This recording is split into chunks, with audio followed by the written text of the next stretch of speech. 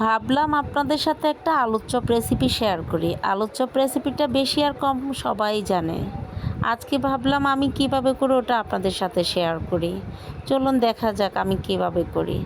আমি আলুগুলোকে টুকরো টুকরো করে কেটে নিয়েছি, তারপর ভালোভাবে ধুইয়ে আমি সেদ্ধতে বসিয়ে দিয়েছি।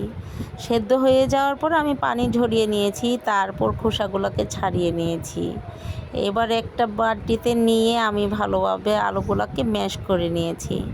এবার দিয়েছি পেঁয়াজ, কাঁচামরিচ আর লবণ। আমি সাথে ধনেপাতাও দেই, আজকে ধনেপাতা ছিল না তাই দিইনি। আমি এগুলোকে আলু ম্যাশের সাথে ভালোভাবে মিক্স করব। পেঁয়াজ, কাঁচামরিচ, লবণের সাথে ভালোভাবে মিক্স করার পর এবার আলুর চপের শেপটা দিয়ে নিব। সুন্দর করে সবগুলো একটা একটা করে আলুর চপের শেপে দিয়ে নিব। এবার একটা বাটিতে নিয়ে নিয়েছি 2টা ডিম ভেঙে নিয়েছি, তার মধ্যে একটু লবণ দিয়েছি। তারপর একটা কাঁটা চামচের সাহায্যে ভালোভাবে মিক্স করে নিলাম।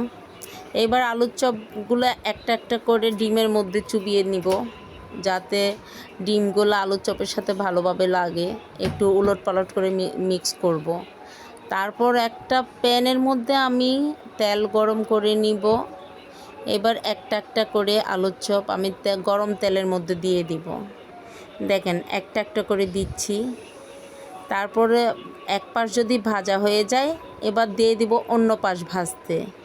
ভালোভাবে ভেজে নিব, সুন্দর করে একটু লাল লাল করে ভেজে নিব।